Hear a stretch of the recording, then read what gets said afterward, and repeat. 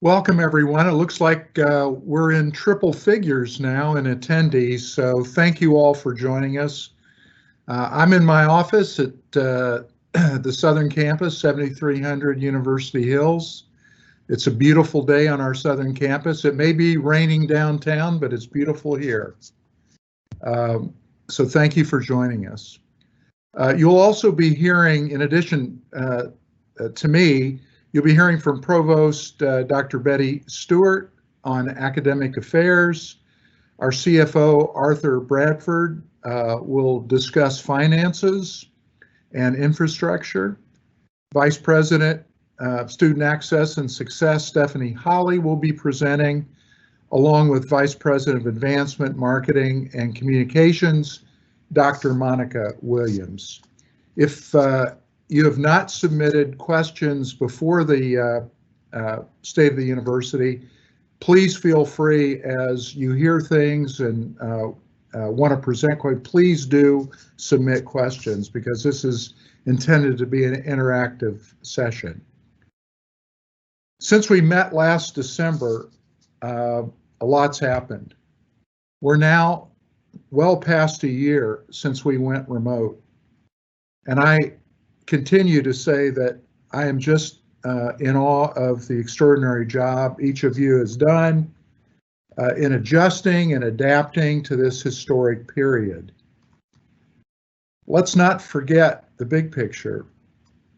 This has been a serious pandemic worldwide, and in America alone, death rates rose 15% since last March.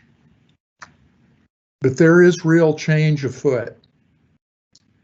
Today, case counts in Texas continue to be in decline.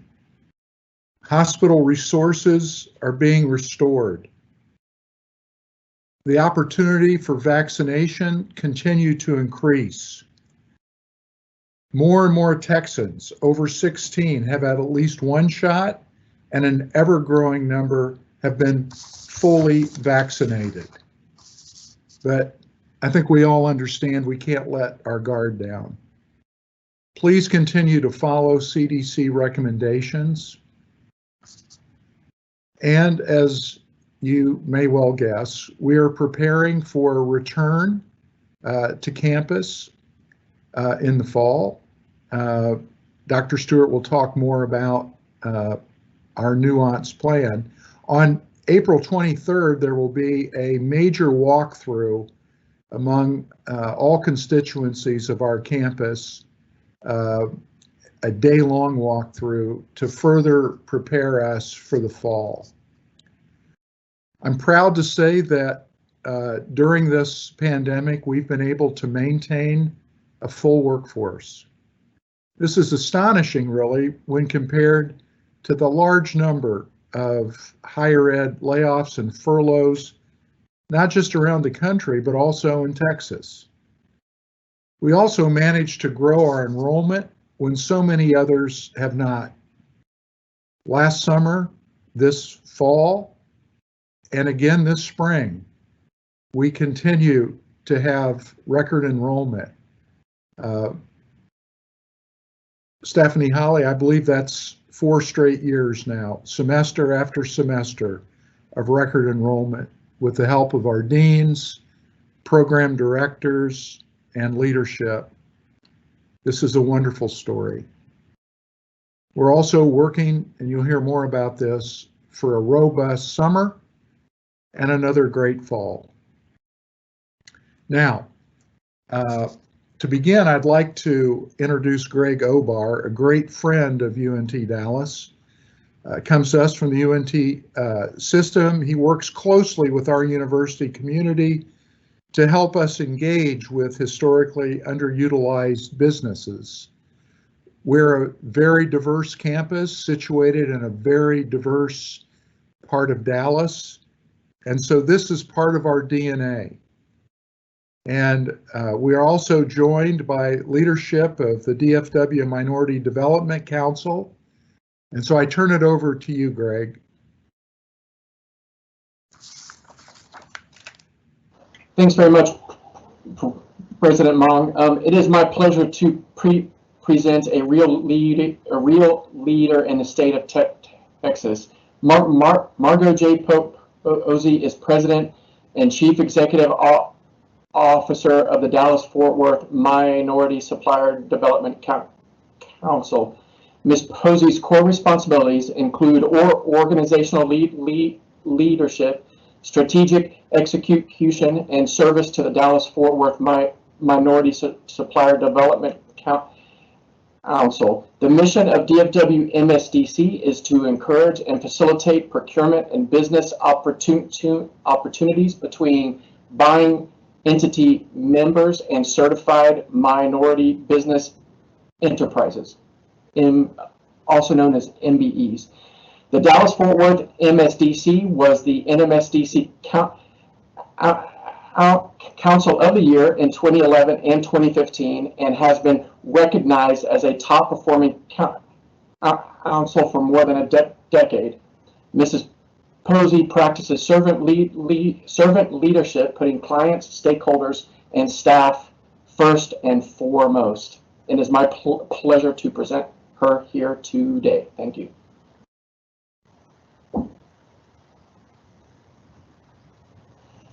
You're muted, Margot.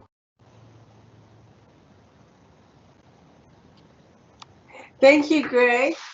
And Dr. Mon, I bring you greetings on behalf of the Dallas-Fort Worth Minority Supplier Development Council Board of Directors, our 87 corporations, public sector agencies, and institutions, and our over 1,019 certified minority-owned businesses.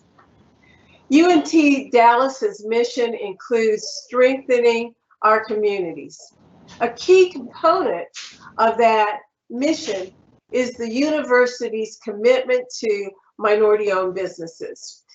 UNT Dallas consistently tops all Texas higher education institutions in its utilization of historically underutilized businesses. The council can always count on UNT Dallas to be an active participant in the annual Doing Business spot bid fair at our Access Business Expo. That event was created jointly with the council and State Senator Royce West and is featured as a part of the Access Trade Show. In 2019, UNT awarded over $400,000 to hub vendors at that event and continues to set the example for higher education in Texas. I can't speak enough for UNT Dallas, for Greg Obar, the hard work, the diligence that and commitment that he shows and represents the university on a daily basis. So with that, I want to congratulate UNT Dallas as the 2020 Public Sector Agency of the Year, the University of North Texas at Dallas. Congratulations. And here is your award. Not sure if you can see it. We can see it fine, Margot. Thank you so much. Andrew, thank you so much.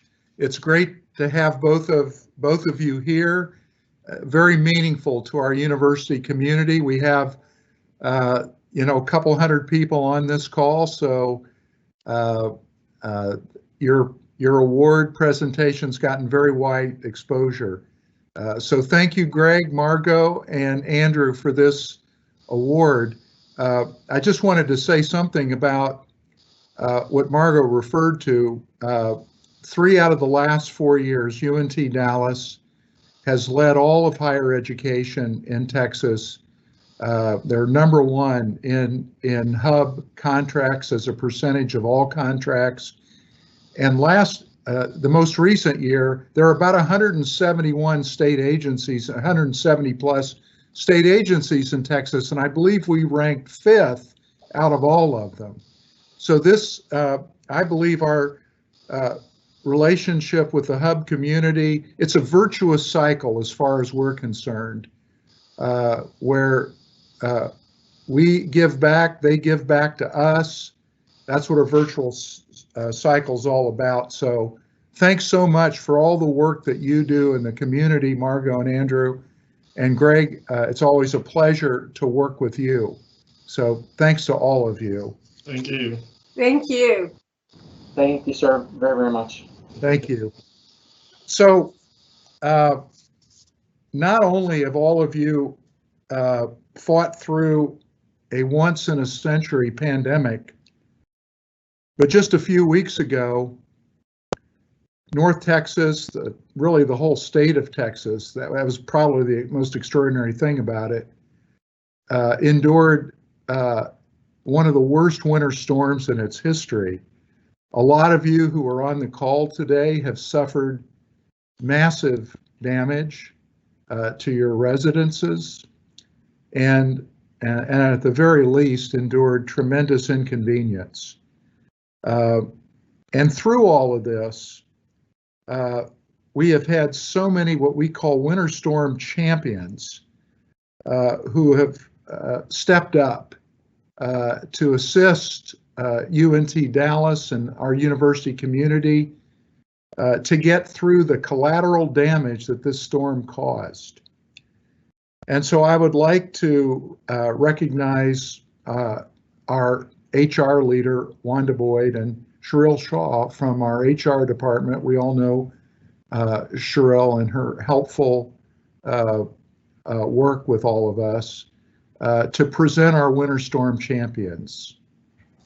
Wanda, Cheryl. Thank you, President Long. Good morning, everyone. As President Long mentioned, the employee names you are about to hear were submitted by leaders in recognition of extra effort, going above and beyond the normal call of duty, service over self-interest. That allowed us to care for our students and employees while working through the many challenges faced.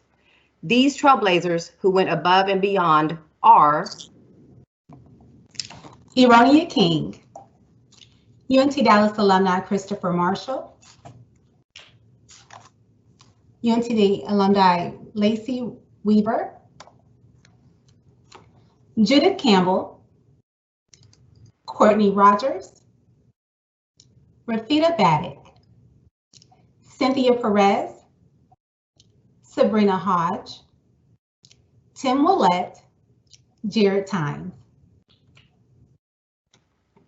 Ashley Tynes, Yolanda Franklin, Alexandria Williams, Gina Federer, Thomas Aaron McMillan, Chris Shaw, Roosevelt Holiday, Thomas Malone, Ernest Jenkins, Andy Trujillo, Forrest Carr, Kevin Rogers, Jakeem Williams, Wayne McInnes, Tony Castillo, Rolando Rodriguez, Eric Hansen, Leslie Ford, Steve Hyde, Jamaica Chapel.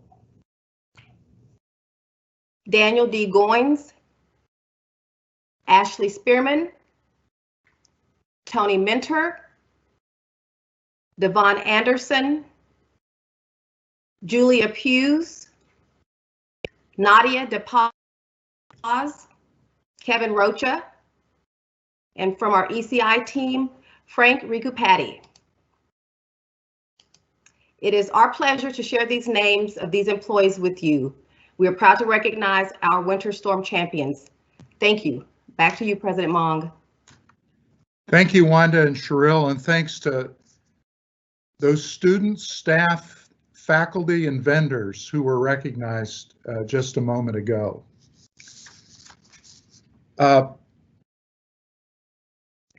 Before I turn over to Dr. Stewart, I had a few things I wanted to talk about, but first and foremost, I wanted to recognize Dr. Jamaica Chapel and her 7+ years here as AVP and Dean of Students. Dr. Chapel arrived at UNT Dallas as a counselor. That's her training, doctorate in counseling.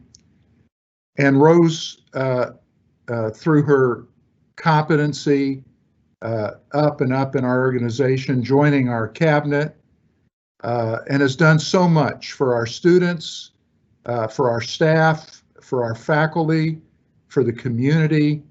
And I'm very pleased that Dr. Chappell will remain in the UNT system, moving over to work with Dr. Rosemary Haggett, whom we all love and admire, and Chancellor Rowe.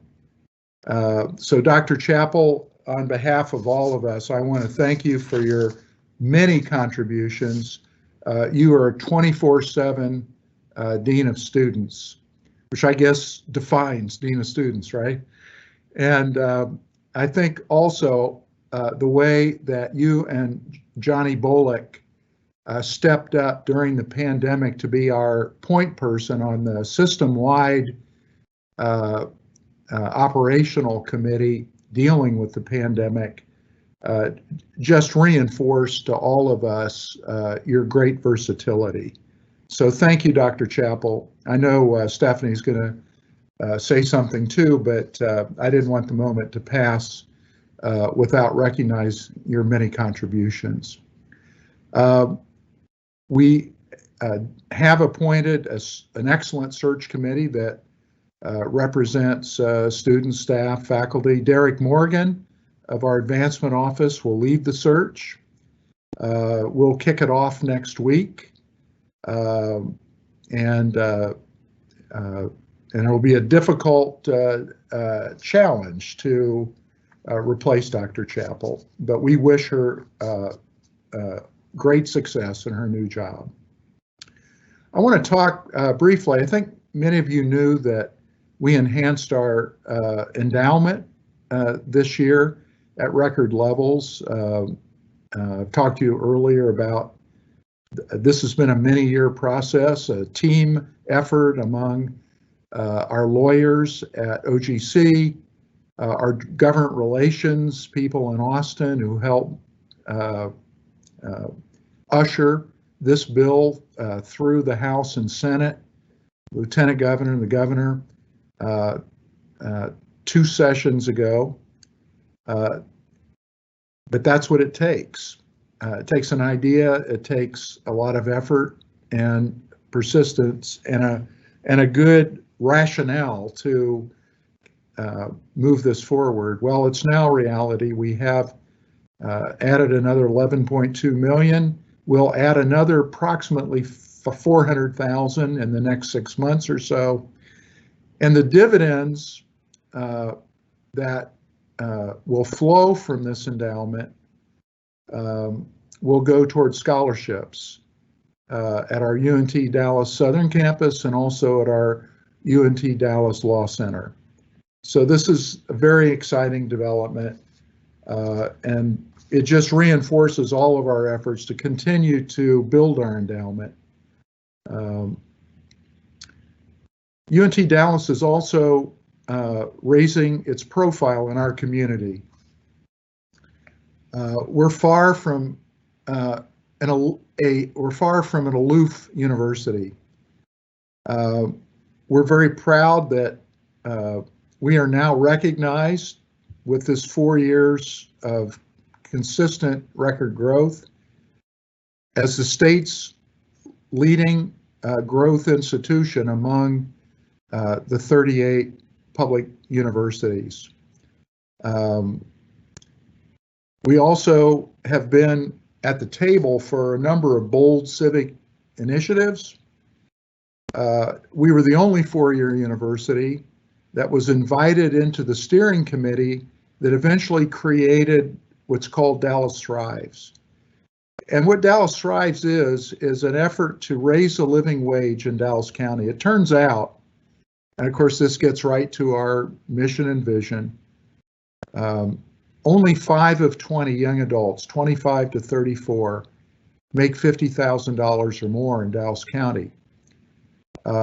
The goal of this collective impact is to double that by the time kindergartners today turn 25. It's an ambitious goal, but I think you're seeing other examples of how collective impact in our community, of which UNT Dallas is right in the middle. Just the other day, one of our partners, the Child Poverty Action Lab, released data that showed that child poverty in Dallas County is in decline. You'll remember that not too long ago, in one of these addresses, I said, you know, one of the issues we're confronting is that Dallas is #1 in America in child poverty. Well, a lot of different businesses, agencies, universities, particularly us, have been working on this problem. And now Dallas has the fastest declining rate of child poverty in the United States of America. So these collective efforts mean something. That's also why we're involved with the early college high school movement, the PTech movement, Pathway to Technology. That's why we support Sunset and Lincoln High School in collaboration with the Dallas ISD and the Dallas College.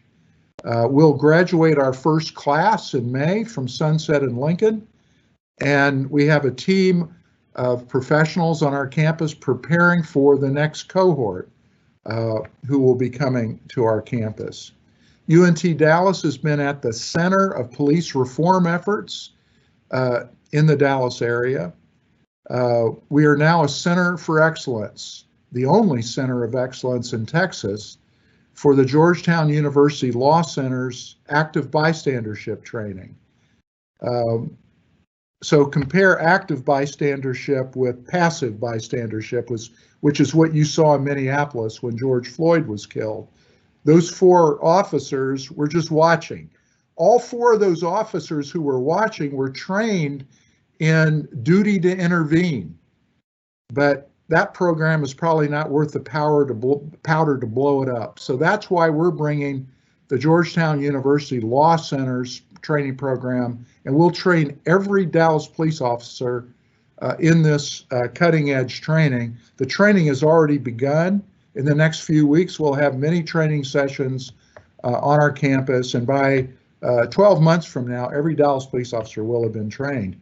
We're also on the cutting edge of addressing the alarming growth in first responder suicides in Texas, which now more than double line of duty deaths. And so UNT Dallas, in partnership with the Meadows Mental Health Policy Institute, has taken the lead statewide in addressing this issue. I'm happy to say that State Senator Jane Nelson of Flower Mound has taken language that was drafted through our partnership and introduced Senate Bill 64, which is already out of committee, which will create a statewide first responder network. We've already gotten a generous grant from the Perot family to get it launched in North Texas. And of course, UNT Dallas is also drawing attention to the deplorable conditions of the Dallas Police Academy and are building a community-wide sense of urgency about replacing the police academy. And we've said we're open to bringing the academy to our campus under the right circumstances. Our business school has taken a leadership role in the Southern Gateway Park. That's the Clyde Warren-like park that's going to bridge 35 at the zoo, between the zoo and the 10th Street historic neighborhood. And Dr. Shumway and her team of professors have completed a economic impact statement and already presented to the leadership of Southern Gateway Park a first draft of that. So thank you, Dr. Shumway, and your team for your leadership. We're also the 4-year leader in making college application for high poverty students easier. Through assistance from our IT department and Office of General Counsel and our leadership on campus, students now in North Texas off their cell phone can apply to college, apply for internships, jobs, have their resume, all protected by blockchain technology. We're getting international attention for this, and you can read an interview in Brazil's leading business journal. If you can read Portuguese, an interview with me about why we did this.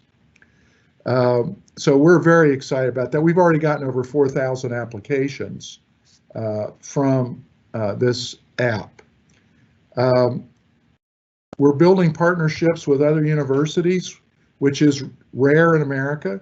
We have a growing partnership supported by a Blue Meridian, highly regarded nonprofit, with A&M Commerce and Texas Women's University.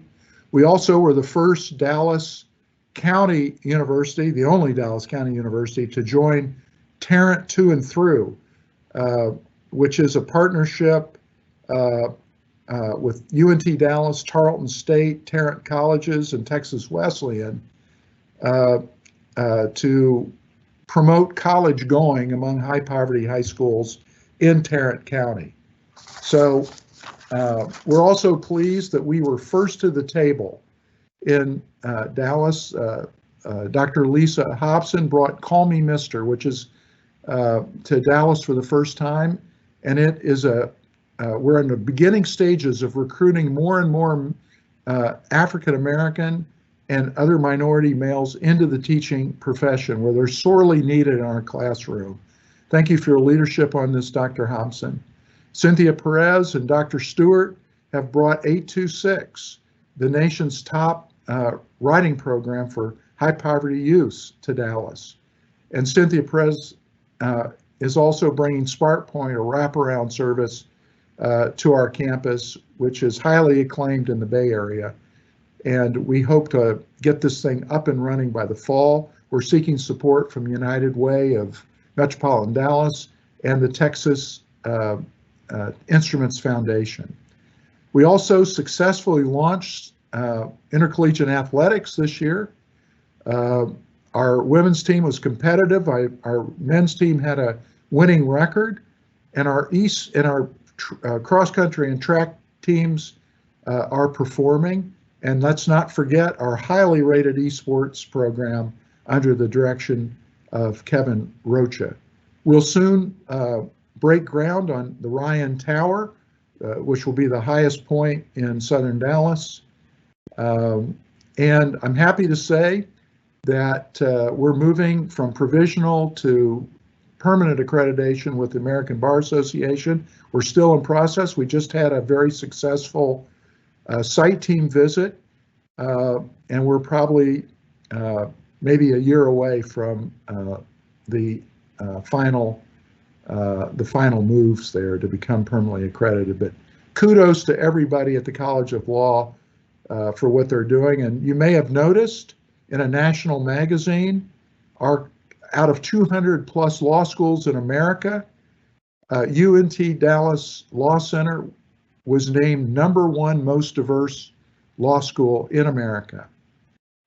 Congratulations. All right, Dr. Stewart, I know you have an update from Academic Affairs.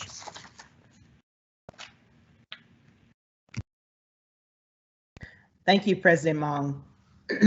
First, I would just want to express my thanks and appreciation to the faculty and staff who have continued educating and supporting our students during this pandemic.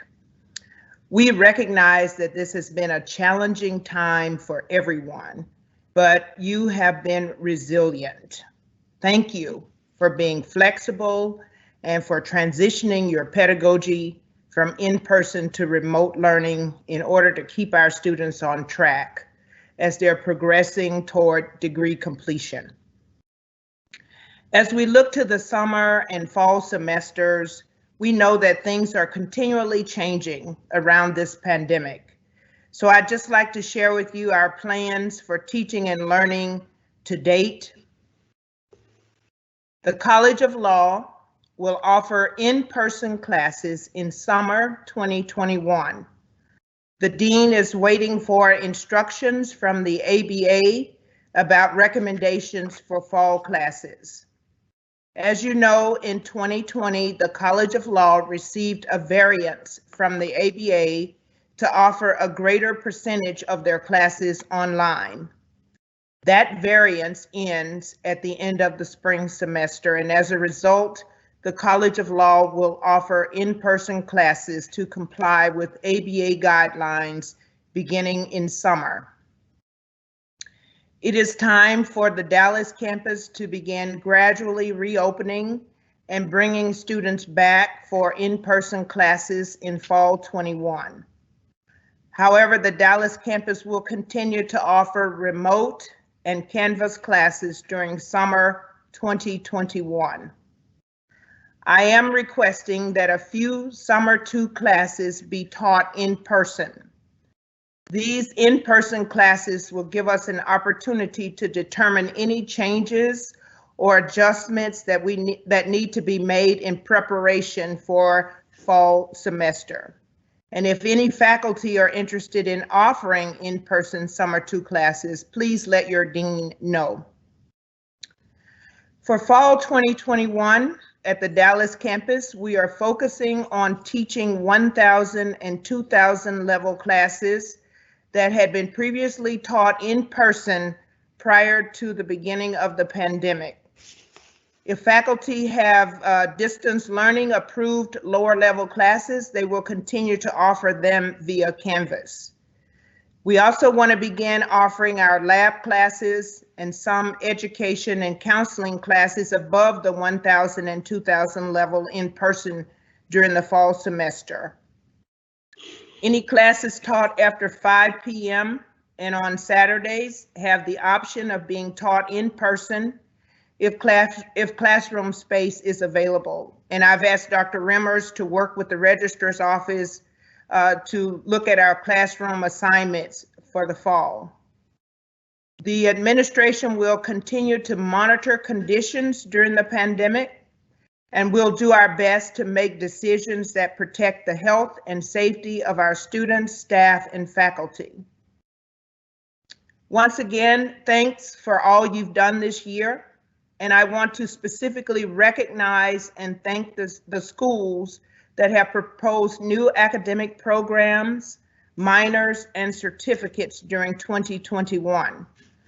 We've received applications for majors for a BA in Justice and Social Policy, which has been approved by the board, a BA in Applied English, which will be going to the board, and we've seen and approved proposals for minors in entrepreneurship, nonprofit management, rhetoric and writing studies, applied linguistics, and Spanish for the professions. And we've received applications for certificates in nonprofit management and a standalone certificate in substance abuse certification for professionals. We appreciate all the work that the faculty have put forward in developing these new majors, minors, and certificates, and we're grateful for the work that you've done. Now I'll turn this back to President Mung. Thank you for that report, Dr. Stewart.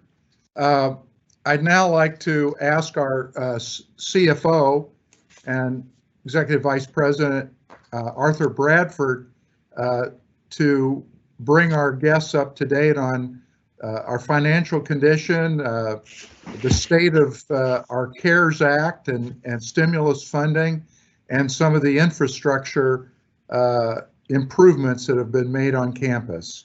Arthur?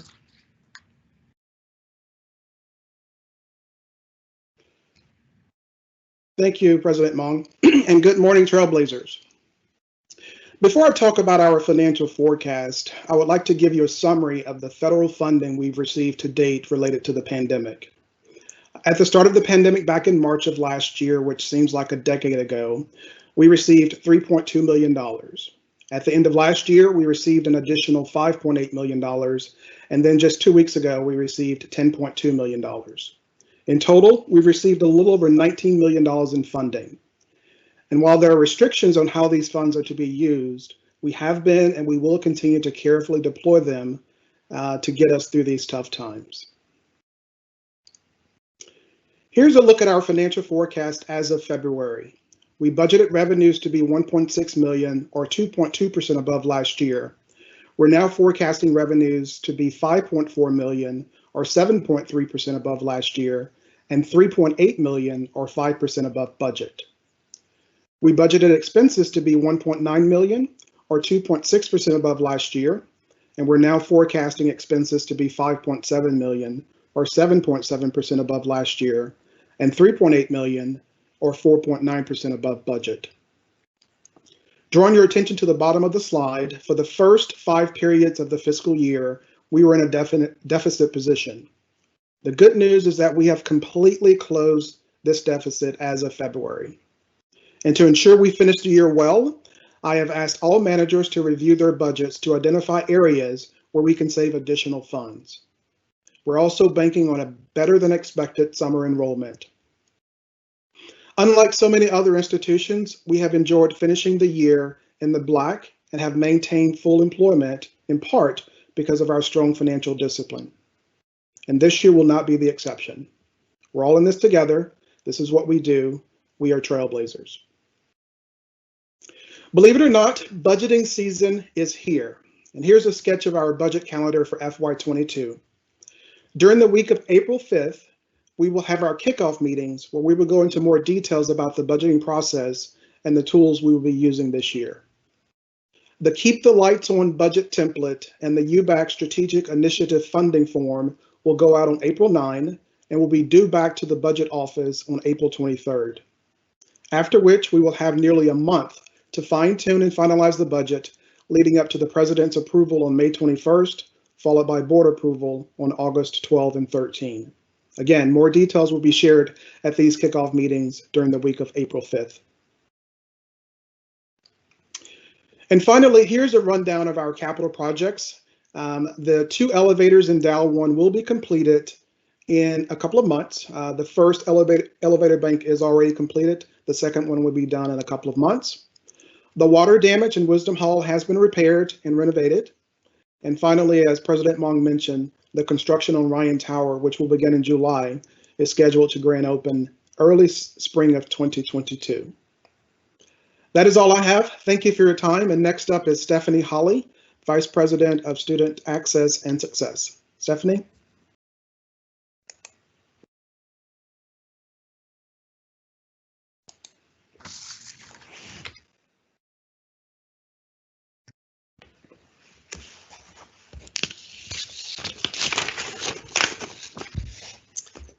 Thank you, Arthur.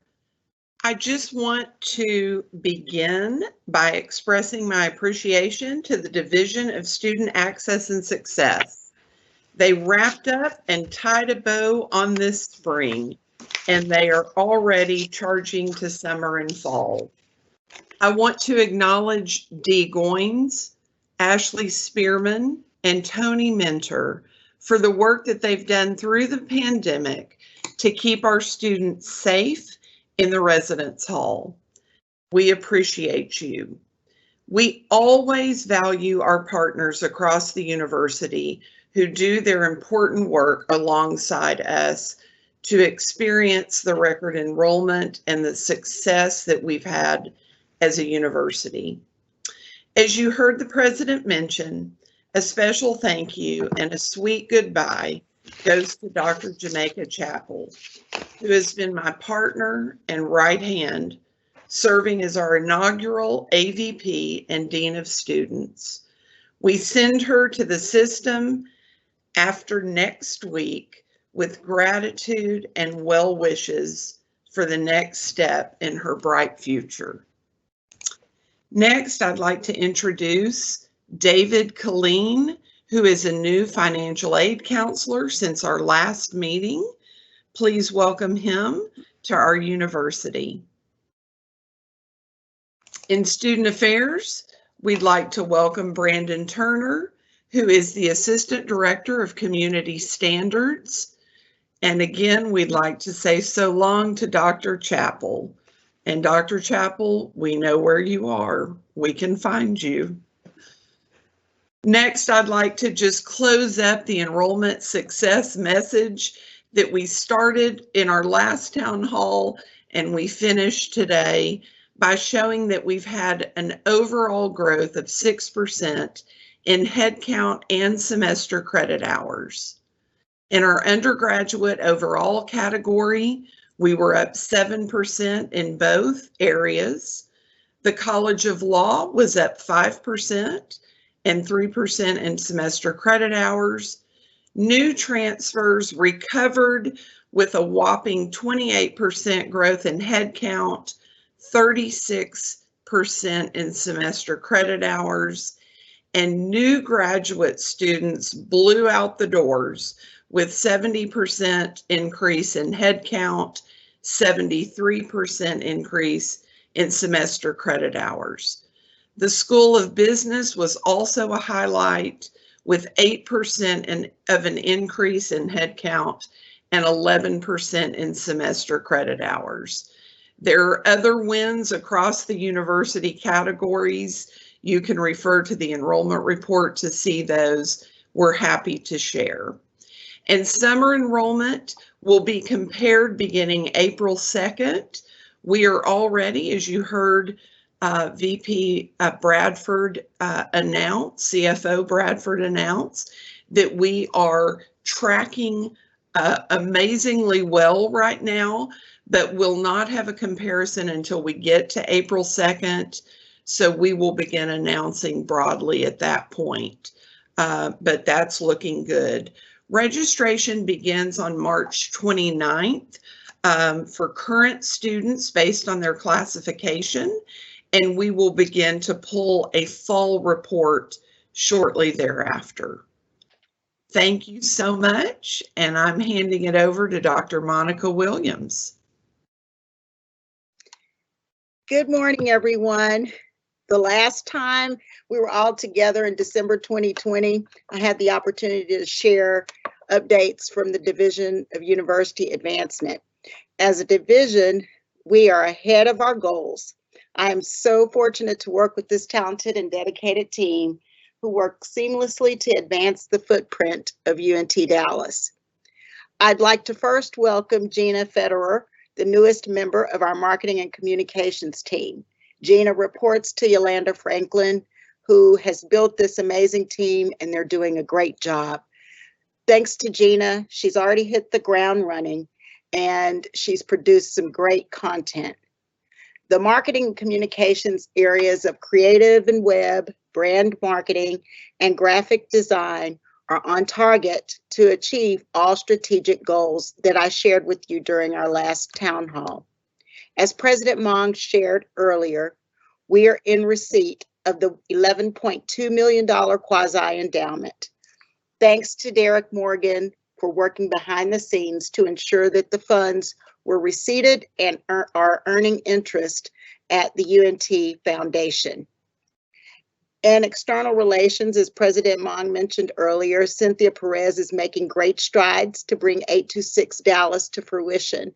She also works on some amazing other special projects that are coming online as well. We hope to have Spark Point in 2022, and that will be funded, we hope, by the Texas Instruments Foundation, who has been an amazing partner for us. Reauthorization of Trailblazer Elite is one of our major asks to the Texas State Legislature. Dr. Hodge has given us a solid case for support in the work she's done to advance TBE. Our greatest division accomplishments are, thanks to facilities, Tracy Jones and Courtney Rogers, we've moved into our new space where I'm sitting right now in Founders Hall, 118 through 128 suites. The space is beautiful. Please stop by and see us in the fall, the next time you're on campus and we're here. We'd love to give you a tour. The signage is beautiful, and we're located just right off where the old library was located. Last but not least, certainly not least, my biggest brag point in the division is that of Alicia Brose Colette and Janet. They are on fire. This is an amazing sponsor projects team. And they have submitted 24 proposals totaling $20,364,762. And we've received 20 awards totaling $8,452,293 during the time frame from September 1 to March 15th. I am so proud of all the work that they've accomplished. Kudos to you, Alicia, for your vision, your hard work, all that you do to make this amazing team work. And I'm just so grateful to all of you. Thank you for your time today. I hope each of you have an amazing holiday next week. Thank you, Dr. Williams. I hope the next time we meet, we'll be able to be a little more explicit about some of the grants that her team are working on. We're right up on the precipice of making some pretty extraordinary gains, and with some nonprofits, some foundations that we've long wanted to be associated with. It's a team effort, and but I'm excited and hopeful. I did want to bring you up to date on a couple things with the legislature. We're in the middle of the 87th legislative session. And I would say so far, so good. It's a tough session. There's not as much money available as we'd like. It was supposed to be the higher education session, but with the winter storm and some other things, that's probably going to be the next session, but we're still making gains. In December, I told you that we were fighting a rider in the budget bill that would take 25% of our expansion funding. Expansion funding is dedicated to growing universities in Texas to help them get to about 6,000, at which point the funding would start to decline. We're good with that. But somebody stuck a rider that would hit us early, and it affected us, Texas A&M San Antonio, and UH Clear Lake particularly.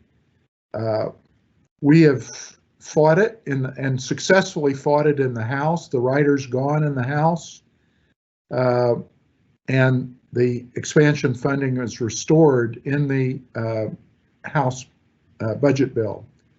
I'm happy to report that the expansion funding for this session has been restored in the Senate, although they have not killed the rider in succeeding biennium. So we're still working on that, but we've made a lot of progress, and it's the first time in my memory that the UNT system, the Texas A&M system, and the UH system have worked together for a single issue. So that's good news.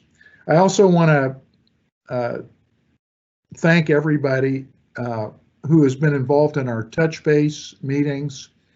From the beginning of this pandemic, we all agreed that we needed to meet several times a week just to stay current. Things were moving too fast. Things were too important to just have once a week meetings. And I think it's really been helpful. The kind of nerve center atmosphere, I think has served us well, served the university community well. I also want to thank our communications team for their frequent communications several times a week. Information is going out to faculty and staff and students. We have listened to faculty, staff, and students, and we've put out more targeted, less general messaging. And we'll continue to listen to how you want your information disseminated. I also want to say something about us as an economic engine. It's now clear that with our growth and with our employment growth, UNT Dallas is really beginning to fulfill its mission as a major economic engine for Southern Dallas County. We are now one of the largest employers in Southern Dallas County. It's been a long time coming, but it's happening, and the economic ripples are occurring, and they'll only increase as we help the community around us grow. It's also true that since about 95% of our undergraduates are from Dallas County and the surrounding counties, that when they graduate, they are staying in North Texas in very large numbers. So we like to call it local students for the local workforce. I'm also pleased to report that our HR department is bringing more resources to our campus under the leadership of campus leader Wanda Boyd. In future town halls, we will talk more about this because it's very exciting what they're doing. I'll just focus on one thing, and that right now, and that's training. Most all of you have asked for more training, and Wanda and her team are gearing up. And we're going to be working with you to look for innovative ways to enhance your skill sets and to work in an interactive way to provide more training. But thank you, Wanda, for your leadership in this area. And again, we'll have lots more to talk to you about in future sessions. We've learned a lot about how we can work during a pandemic. And so as we return to campus, there's a lot we've learned and a lot we can apply to how we work in the future. And I suspect that it'll never quite be the same, that there'll be more rotations, working here, working at home, because we know we can do it. We want to be a best place to work, and we think offering flexibility is a good thing. We also know that all of us, I know I have, in various forms, we felt the isolation of the last year, and it can be disconcerting. Under Dr. Chappell's leadership, we brought a teletherapy program to our students called WellConnect. It's popular.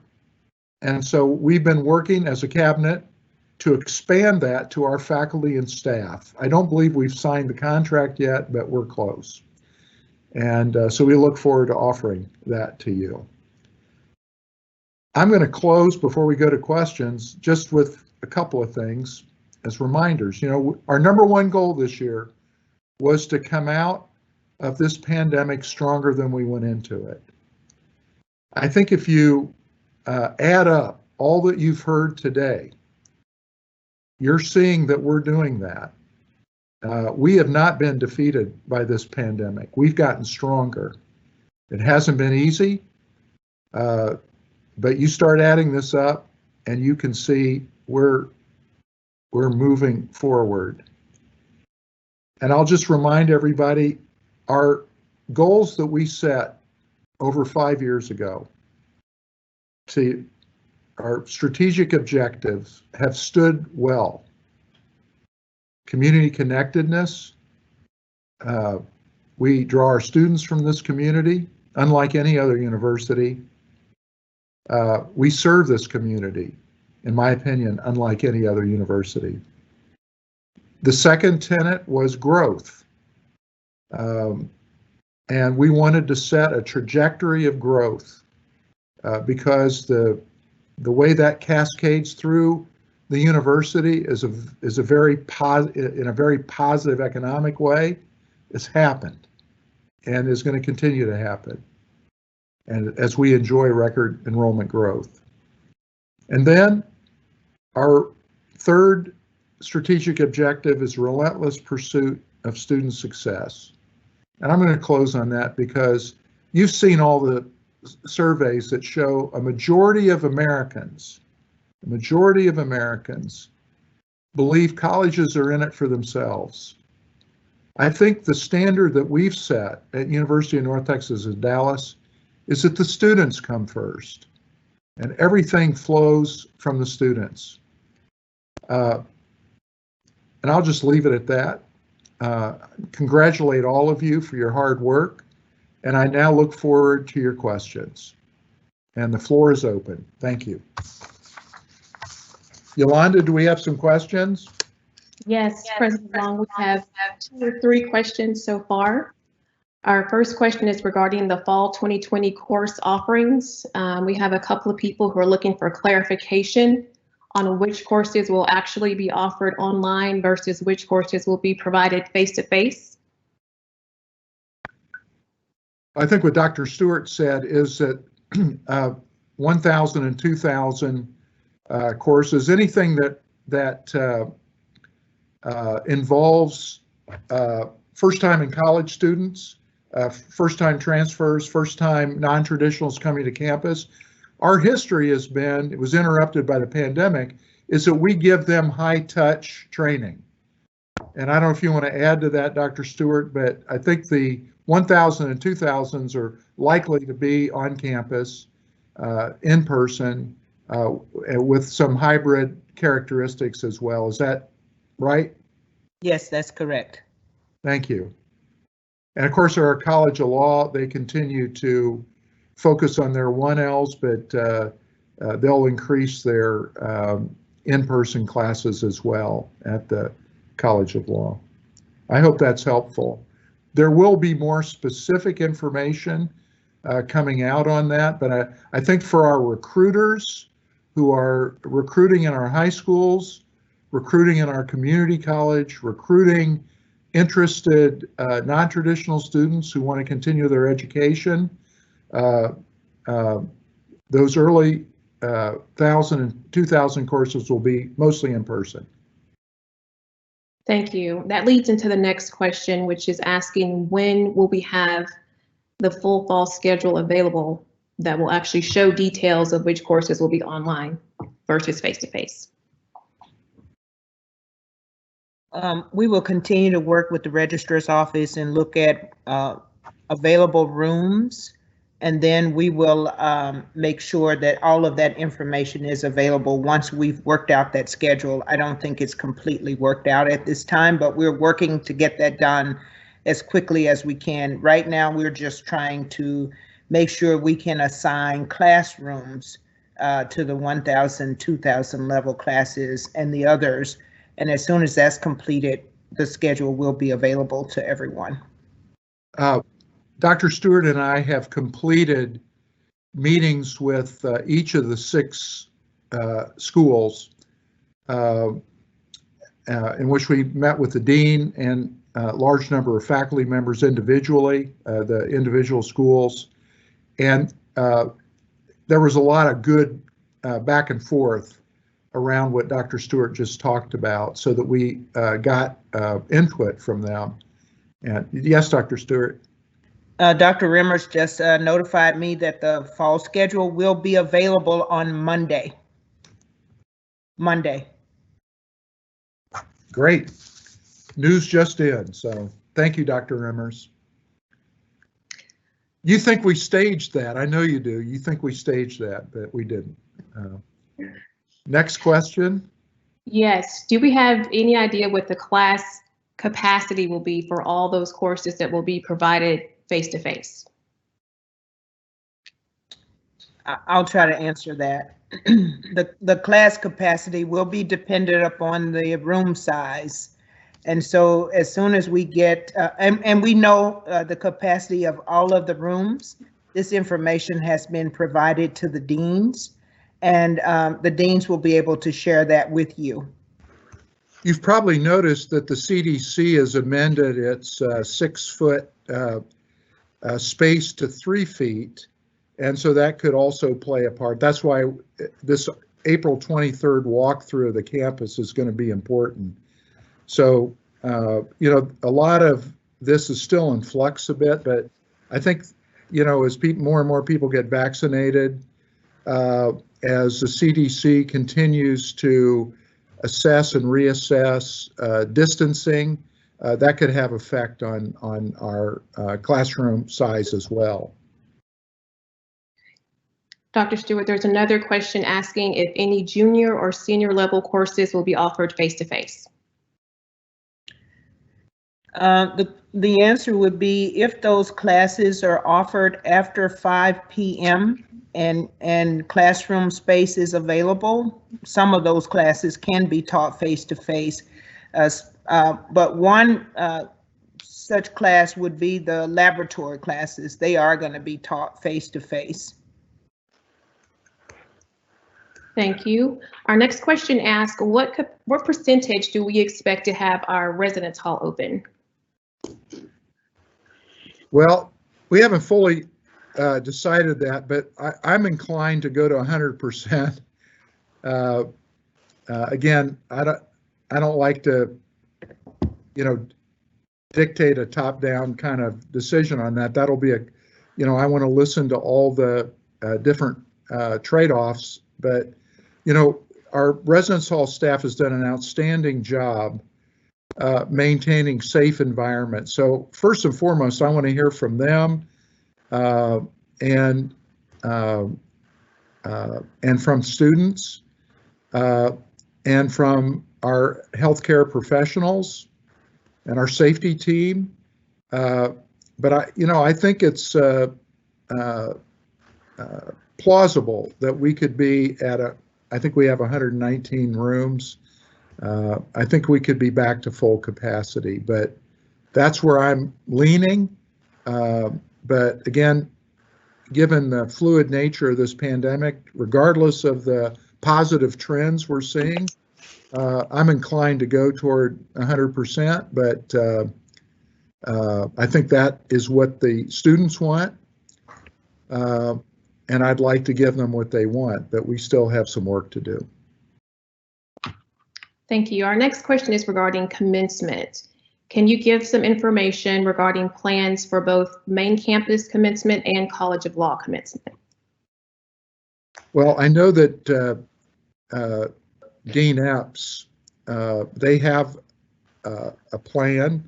I'll ask Dr. Stewart to elaborate.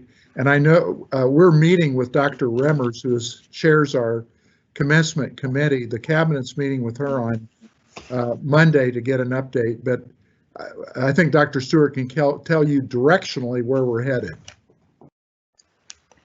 So for the spring 2020 class, we are not planning to have an in-person ceremony in May. We are looking at moving back later in the summer, and we're trying to find an outside venue that will allow us to do so. We're still working through the logistics, so we don't have anything definitive to say, except to say for the Dallas campus, there will not be, or we are not anticipating an in-person ceremony in May. Let me just add that my goal would be, and I want to hear the commencement committee's report. You know, if you look at the Denton outdoor, and this is not, I'm not criticizing it. This is reality. It is an outdoor ceremony. I think we're going to have one in May. Students will be socially distanced. They will not cross the stage.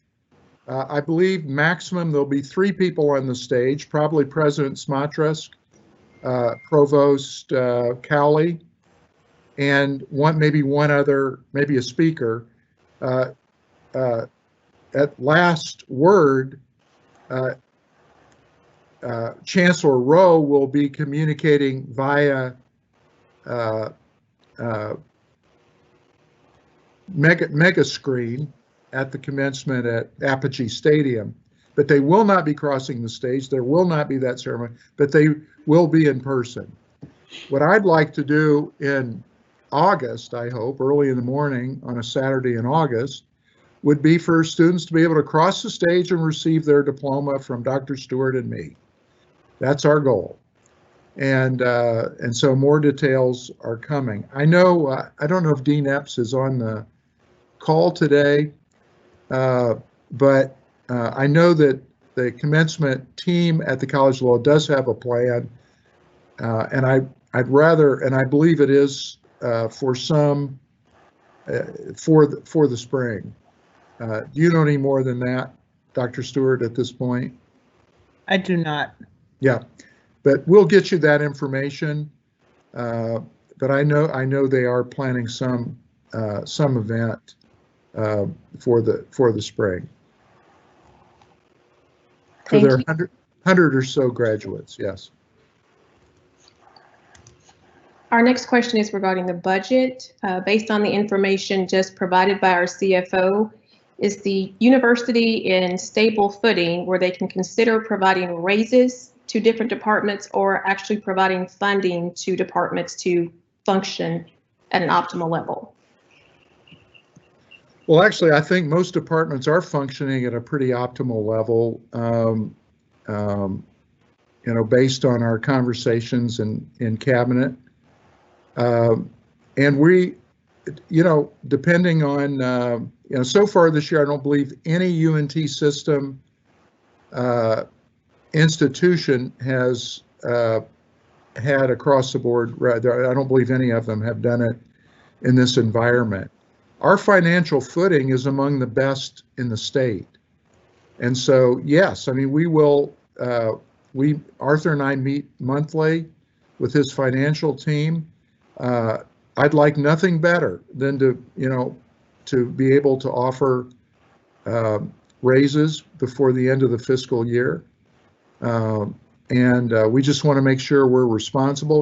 Again, remember, we started the year, while we ended the last year, fiscal year 20, in the black, for all sorts of reasons. We uploaded a lot of expenses early in the year, so we started out with about a $2.5 million deficit, which we've cut down. But we've maintained full employment, which is rare in this country in higher ed. And so we're, I know people, feel the pinch, but we've been able to operate pretty much at full capacity. But we will stay in, we know how important this is, and we will stay in very close touch with all of you about raises or bonuses or whatever we end up doing or not doing. But we're headed in the right direction, let's put it that way. Arthur, anything to add to that? Nothing else to add other than it is one of the things that keeps me up at night, because I do understand, we all understand the importance of valuing our number one asset, which is our people. And so we are constantly looking at ways to fund pay increases or spot bonuses. And so it's a serious question, and it's something that we are seriously looking at on an ongoing basis. Thank you. So our next question is looking ahead again to fall 2021. What are the requirements for staff to return to campus, considering that so many of us have been able to successfully work from home? Will all staff members be required to return face-to-face in the fall? First of all, as I did talk a little bit about that, where I think we've learned a lot during this pandemic about how well we can work. I think it's going to be a trade-off. I think a lot of us, me included, thrive more on some social interaction at work. I've heard from a lot of you that you want that. I think others have worked, if it makes sense, they've been able to work well. I think we would look to our HR friends to, provide some structure around that. We do have applications, forms for remote work, but you know, I'm very encouraged about rotating workforce where it makes sense. I think our students benefit from in-person classes, particularly our first time in college students. I think a lot of our students, you know, we have this beautiful student center, one-stop shop, and I think it's important that be staffed in some way, but maybe not at the same level it was before. That's one of the beauties of, you know, coming out of this with the learning that we've acquired. So, you know, I'm very open. I think our cabinet is open to a much more flexible approach to work. But again, I think it's balancing the need for social interaction and also providing the opportunity for a more flexible work environment. And we also, until the pandemic is, you know, there's going to be some employees who simply cannot be in person. We know that. Wanda, do you have anything to add to what I just said? Yes, I think I echo everything you've shared, and we are very cognizant of concerns around returning for a number of reasons, just feelings associated with coming back to campus. We know there is not a one size fits all, but we do know that some want to be back on campus.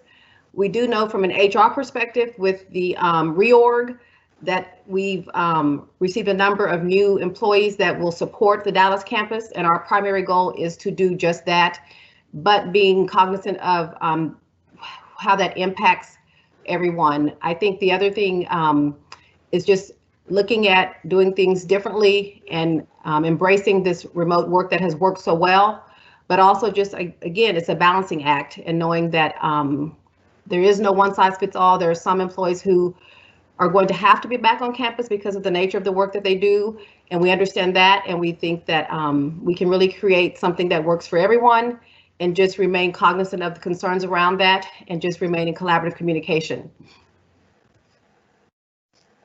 I think parking will be easier. Just a reminder, we have 2 new entrances, one on the north side, which leads to a new parking lot close to the student center, which was one of your requests. And then we have a extended western drive to the south of our main entrance. And so we'll have a lot more ingress and egress opportunities for folks. And I suspect parking will not be as big an issue in the fall semester. I hope it's somewhat of an issue just because it means that more and more of us are, you know, back on campus. But I think it'll be a slightly different environment and maybe a lot easier to park on campus. Yolanda, anything else? Yes. Will masks be required on campus in fall? At this point, yes. You know, if the situation changes, but we're requiring masks at this point, and you know, we'll follow the CDC guidelines on that. Thank you, President Long. We have another question back to commencement for main campus. If the plans are for August, do we have a backup plan for students who have already moved or not available to attend commencement since it's taking place so far after graduation? We'll take that question up at our meeting with Dr. Remmers on Monday. I think it's an excellent question. You know, there's no perfect solution. I don't think any of us, we understand the desire to have a full in-person ceremony in May. No one wants it more than than the cabinet and the students and the faculty, but we just want to make sure that we give the vaccinations, the recovery from the pandemic time to sink in, and it's our belief that August is a better time to do it. But we will take up that question when we meet with Dr. Remmers on Monday. It's a good question, and there may be, again, I'll take my cues from the commencement committee, but I enjoyed watching our virtual commencement in December. It was outstanding, and it was even a little longer than one of Dr. Stewart's under 2-hour commencements in person. But I thought it was really good. And so there may be ways to virtually show graduates who can't be there in person. Thank you. So again, looking at fall and taking into consideration the health and safety of all of our trailblazers, will the university require students to get a vaccine before returning to campus for in-person classes or for residence halls? No, we're not. It's, what we've tried to do is provide, your department, Yolanda, has done a great job putting the science out there. This is not like, people say, well, maybe it's like meningitis. Well, meningitis is the law. We have to require meningitis vaccine. But this is not the law. This is a recommendation, and so I have to say I feel better having gotten both of my vaccines. A lot of you are in that place now, but we're not going to proselytize around it. It's a personal choice. We just present the evidence and let people make up their own minds. If it becomes the law, that's a different matter. President Long, are we implementing any type of safety precautions on campus, considering that we'll have both students and staff and faculty back in the fall? Any safety glass, plexiglass, things like that? Absolutely. And out of that, the full plan will come out of the April 23rd walkthrough. But Arthur and Wayne McGinnis and others have a cleaning protocol that is being developed so that when a class ends, people move in, clean it. Professional custodians will come in and clean. So that's our plan. It's important, as I said earlier, not to let our guard down right now. We don't want to do that. Thank you. Anything to add to that, Arthur? No, sir. Okay, thank you. Thank you. Will we also have common spaces open in the fall, such as the library, Starbucks, cafeteria? Yeah, hope so. I mean, that's the goal. We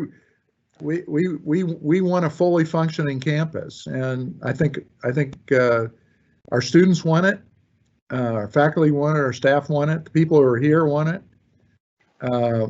So that's our goal. Great, thank you. The last question I have at this point is back to commencement.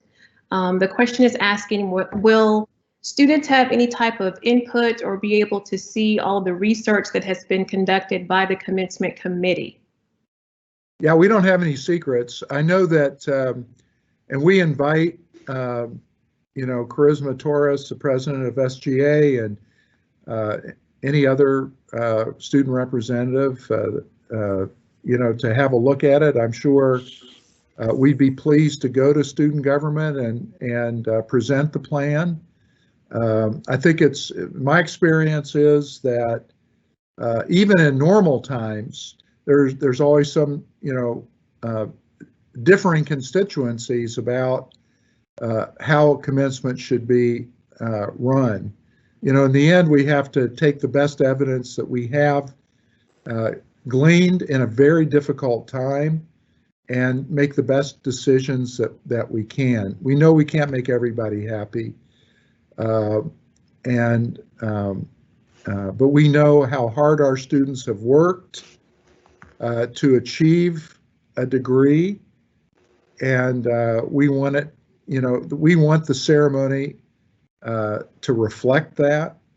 And I can't wait to get back to a more normal, setting for commencement. But yes, we don't have any secrets. We invite discussion and questions from our students.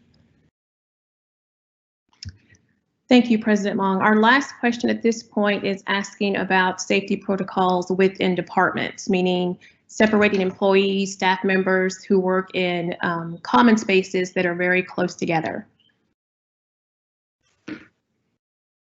Well, I think without some specifics, I know that Dr. Stewart has recommended that faculty members, if they're in a small office, that they're not in there, if they share an office, that they're not in there together, and that they continue to have student meetings remotely. Is that right, Dr. Stewart? That's your current recommendation?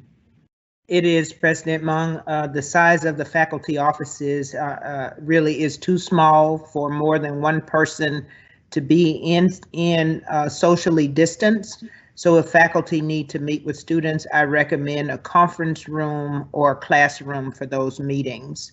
If faculty share offices, I'm asking that faculty develop a plan so that they are not in the office at the same time. And then our CFO can speak to any other plans we have in place, and so I'd like him to weigh in at this time. Yeah, thank you, Dr. Stewart. So coming out of our April 23rd meeting, the hope is that we will have a plan, not just from the students' perspective, but also from the faculty's perspective, as well as the staff perspective. And so we will walk the classrooms, we will walk the common spaces, we will walk the offices, and identify solutions that we can implement to make sure that we are safe when everyone returns to campus. And so more to come coming out of that meeting on the 23rd of April. Thank you, Arthur. Dr. Stewart, we have a question asking about an update on the new science building. So that question goes to President Mung. Well, it's really going to come down to the final days of the legislative session in late May. We remain hopeful that the legislature will conclude that the economic benefits, I'm just looking at it from their perspective, the economic benefits of tuition revenue bonds, which support buildings on Texas University campuses, will be very attractive to them. And so that legislators can go back to their home districts and say that they have brought a building to the hometown campus. I know that we have built a very strong relationship with the Dallas delegation in Austin. We've never had a better relationship with the delegation than we have now. They support a science building. They understand also the reasons behind it, the growth of our science programming on campus under the leadership of Dean Perez and Dr. Stewart. It's extraordinary growth. And they also know that the growth is coming from our local students. And they also understand that healthcare careers are generally lucrative careers. And so, which also is in line with our vision to be a pathway to socioeconomic mobility. So Dr. Stewart's written a good plan. I've tried to sell the plan in Austin as best I can. Chancellor Rowe has joined the team and has been very eloquent in supporting our science building. So I think we have a full court press on, to use a sports analogy, and I'm just going to keep my fingers crossed and continue to answer questions whenever they come up from the legislature. Thank you for that, President Mong. And our final question for this morning is, how long will students and employees be required to sign in at the main campus when visiting? Well, I don't know. I think, I think over the summer, it's actually held us in good stead, I think, during these times. But as we open up more, I'm going to rely on the safety team and the police department for their best judgment there. We obviously don't want long lines stretching out into the street and students missing class starts and that sort of thing. So I think that's a logistical issue that we can work out. I don't have an answer right now. I'm not the right one really to provide the answer, but I can say I'll seek out answers from the people who really are closest to this, and I think we'll come up with a good solution. But I don't want, blockages that stretch out into the street. We want to make it as inviting as possible for you to get onto campus, but also as safe as possible. Thank you, President Mong. That concludes our Q&A session for this morning.